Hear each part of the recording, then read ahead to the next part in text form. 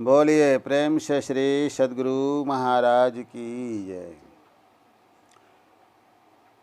महर्षि में ही सत्संग सुधा सागर से पाठ पारा संख्या 6। ईश्वर इंद्रिय ज्ञान से परे, प्यारे धर्म प्रेमी महाशयों, प्रभु की प्राप्ति के लिए उनकी भक्ति करनी आवश्यक है। भक्ति मार्ग में 3 बातों का होना आवश्यक है: स्तुति, प्रार्थना और उपासना। स्तुति से परमात्मा की प्रभुता जानने में आती है।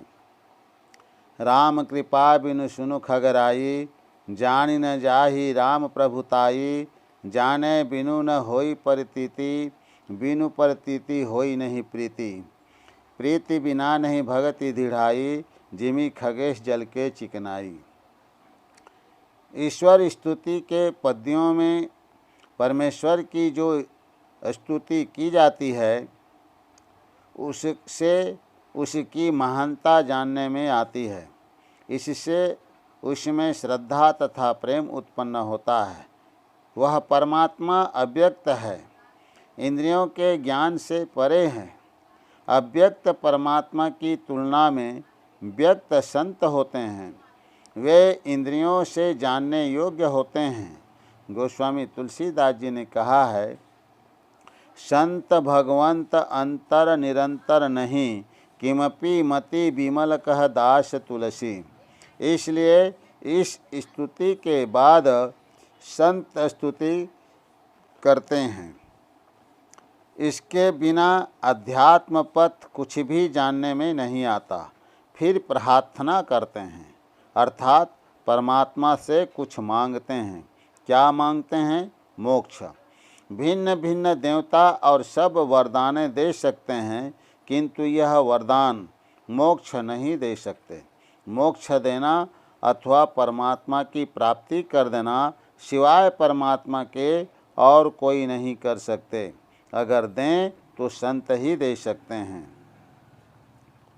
ओम सयोजतः उरुगायस्य जुतिं वृथा कृणन्तं मिमिते न गावः।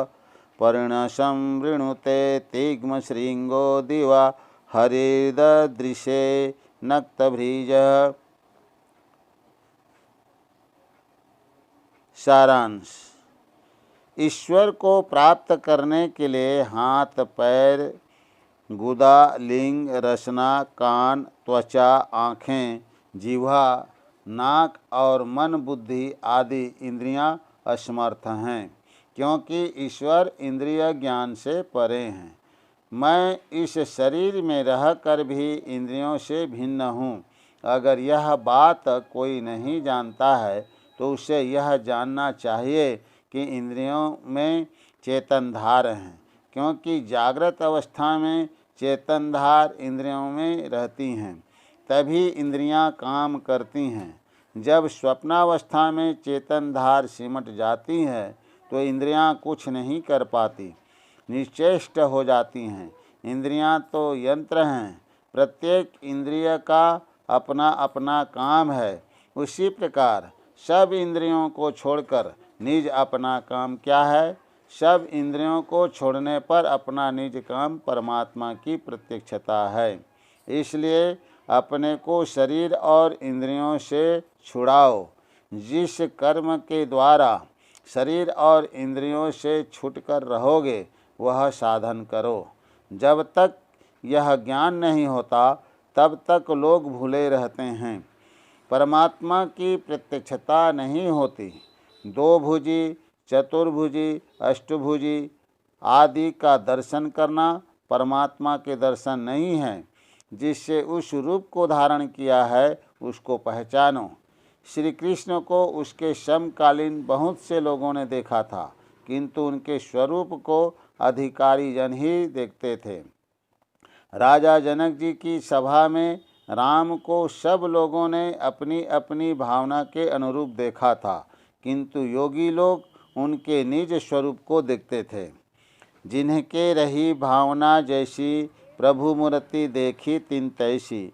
देखहि भूप महारंधिरा, मनहु वीर रस धरऊ शरीरा। डरे कुटिल नृप प्रभु ही निहारी, मनहु भयानक मूर्ति भारी। रहे असुर छल क्षोणिप भेषा, तिन्ह प्रभु प्रगट काल सम देखा। पुरवासिन्ह देखे दो भाई, नरभूषण लोचन सुखदाई। नारी बिलोकहि हरषिय, निज निज रूप अनुरूप। जनु सोहत श्रृंगार धरी, मूर्ति परम अनूप। विदूषण प्रभु विराटमय दिशा, बहुमुख कर पग लोचन शीशा। जनक जाति अवलोकहि कैसे, सजन सगे प्रिय लागहि जैसे। सहित विदेह विलोकहि रानी, जिसु सम प्रीति न जाई बखानी। जोगिन्ह परम तत्वमय भाषा, शांत शुद्ध सम सहज प्रकाशा। हरि भगतन देखे दो भ्राता, इष्ट देव इव सब सुखदाता।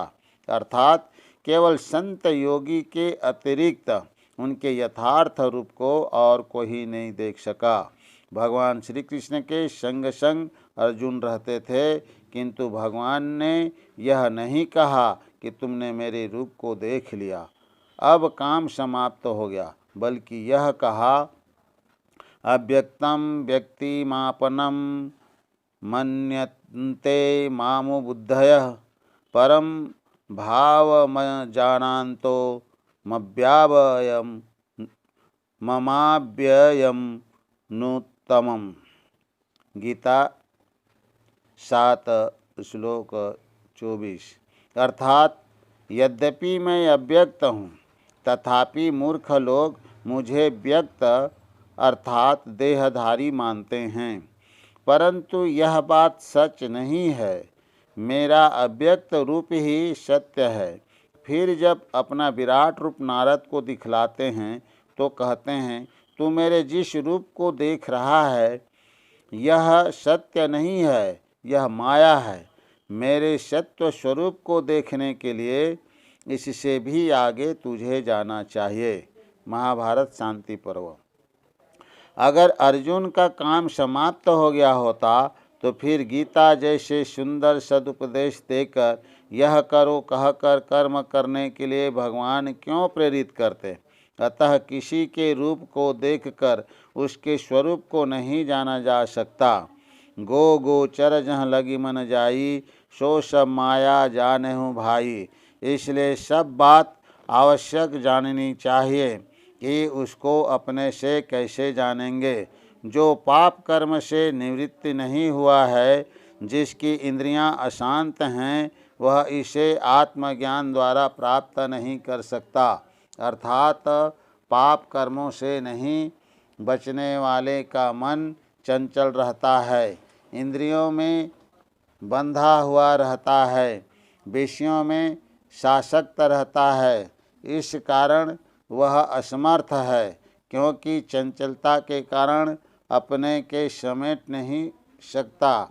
नहीं समेटने से ऊर्ध्वगति नहीं हो सकती। ऊर्ध्वगति नहीं होने के कारण पर्दों आवरणों का छेदन नहीं हो सकता और न कैवल्य प्राप्त हो सकता है। कैवल्य प्राप्त किए बिना कोई परमात्मा स्वरूप को प्रत्यक्ष नहीं कर सकता। इसलिए मनुष्यों को पापों से अलग रहना चाहिए। पापों से अलग रहने वाले का हृदय शुद्ध होता है। तब सूचे भाड़े साचु समावे, बिरले सुचाचारी। तते कऊ परम तंतु मिलाइया, नानक शरणी तुम्हारी।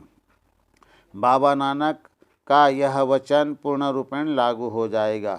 मृतक का शरीर और इंद्रियां निश्चेष्ट रहती है, उसी प्रकार जो अपने शरीर और इंद्रियों को साधन द्वारा साध कर रहता है वही मृतक है।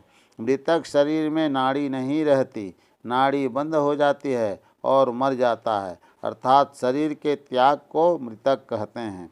इस प्रकार ध्यानाभ्यास में जिसकी नाड़ी बंद हो जाती है वह अंतर ही अंतर प्रवेश करता है, तथा जैसे जैसे वह अपने शरीर में डूबता है वैसे वैसे उसकी इंद्रियां शिथिल पड़ती जाती है आत्मबल प्राप्त होता जाता है और इंद्रियां सधती जाती हैं। धीरे धीरे उसकी इंद्रियां बिल्कुल सध जाती हैं। शरीर से छूटना मरना है। जो स्थूल शरीर से सूक्ष्म में तथा सूक्ष्म से कारण में एवं प्रकार से साधना द्वारा सब शरीरों को छोड़ देता है वह पूरा मरा हुआ है। जो इंद्रियों के वेगों का दमन कर सकता है वह शरीर में रहते हुए भी मृतक है, वही परमात्मा को प्राप्त कर सकेगा। यह प्रवचन श्री रामचंद्र जी अष्टाना के निवास पर ग्राम तरवा पोस्ट शाहगंज उत्तर प्रदेश में दिनांक 18/11/51 ईस्वी के सत्संग में हुआ था। बोलिए प्रेम से श्री सद्गुरु महाराज की जय।